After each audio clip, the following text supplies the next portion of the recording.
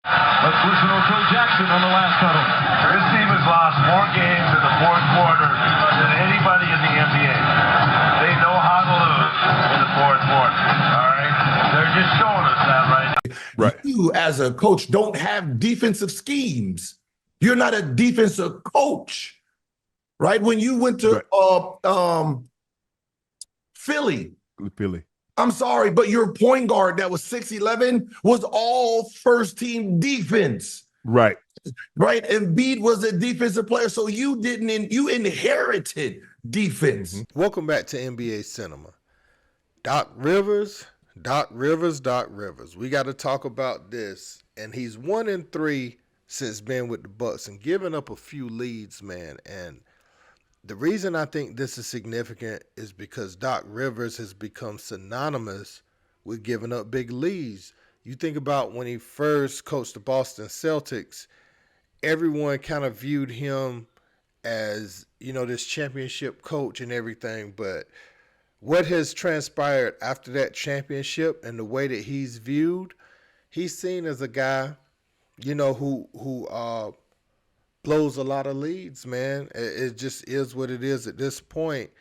And it looks like it's foreshadowing on how the Milwaukee Bucks season could potentially end. Now, they got outscored 40-13 in the fourth quarter to lose that game to the Utah Jazz. And so when I see that, we start to look at Giannis a little bit, and you can see right here he's dejected whenever the final horn is about to sound, because he felt like, they gave that game away as a game that you clearly don't need to lose, you know what I'm saying? And they just gave it away. Now they're close to New York and I can't remember who's right above New York. Oh, yeah, Cleveland. They're close to New York and Cleveland for that number 2 seed, and, it's really affecting them right now. And Doc Rivers gets to coach the All-Star game based off of Adrian Griffin's foundation, going 30-13. And getting fired at that point. One of the things we're going to look at is Giannis walking off the court with 35 seconds left. And we're going to listen to Doc Rivers and Giannis's take on why the game went the way that it did. Let's peep it. Is 17, and the Bucks have put up 13 in the fourth. And Giannis leaves the court. Is that what you saw in the fourth, scoring 13 points? Yeah. Was it just a matter of running out of gas? Because there were a lot of turnovers there too early in that big run. Yeah, I thought it was all that. Give them credit defensively. I thought they did a good job. I thought when they went big early, we rushed. That's why I called the timeout. So guys, just settle down. We're going to get every shot we want. And we did. We just couldn't make any of them. And the more we missed, the bigger they got. As they're getting the run, they're at home, that energy is kind of going the wrong way for you all in terms of just what you... No, I don't think it was energy. I think we didn't make shots. There was a lot of wide open shots that we didn't make. Now if you make 1 or 2, the momentum stops. We have a whole different game. That's pretty much it. And there was they were making shots. They made some tough one. Larry Markin one from the corner. Kelly Olynyk one from the corner. Then again, Markin one from the left side. They made some tough ones. I was able to get back to the game, and then once they got back in the game, they controlled the game.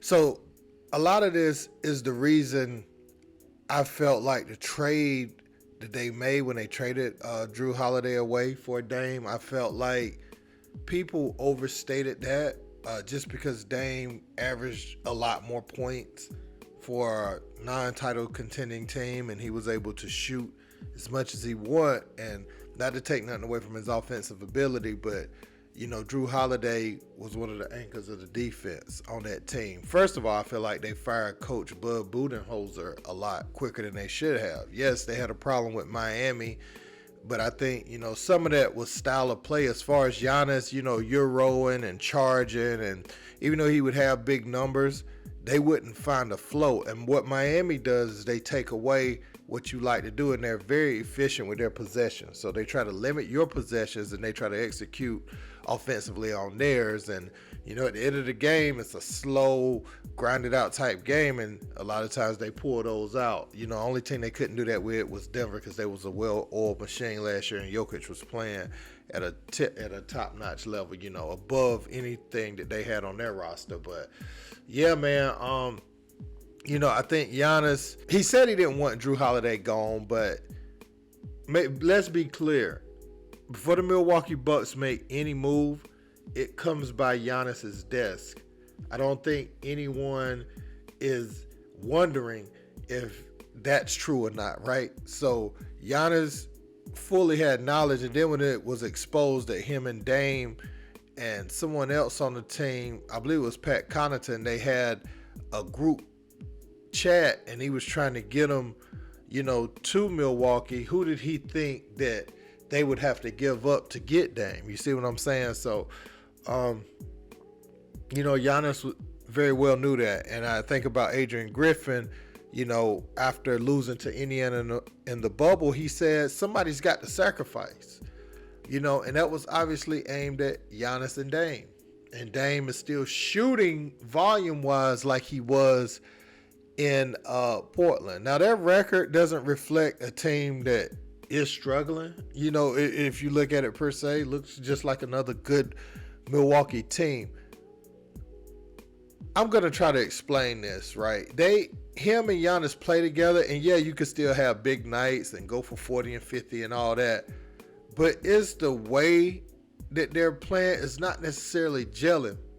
The game should be easier for those two playing together.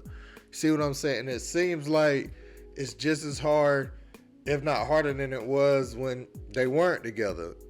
And I think that's the problem. I think Dame's style of play, if you remember how he played with LaMarcus Aldridge in the very beginning, when he used to run that pick and roll with Aldridge, and he would throw that behind the back pass right on target, you know, off the pick and roll. But LaMarcus could shoot, obviously.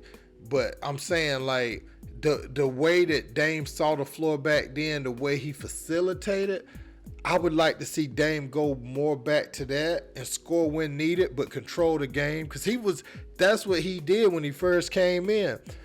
And his style of play changed, you know, when Steph Curry started to blow up, he started to shoot, you know, all these 40, you know, foot shots and all this stuff. And I'm not saying, you know, that he can't have that in his game, but he became more of like just a scoring guard, you know, not necessarily a guy that facilitates and controls the game. But Dame had that in him, you know. That only reason I'm bringing it up is because he had that in him at one point, and that's how he was a true point guard in the beginning. If you remember Dame's career in the very beginning, and I think he needs to go back to that. You playing with Giannis now. There's no need to be spectacular. We was 5 for 18 last night. You can have a game being 5 for 9. You know what I'm saying? Like, you don't have to do that every night. It's only as needed now.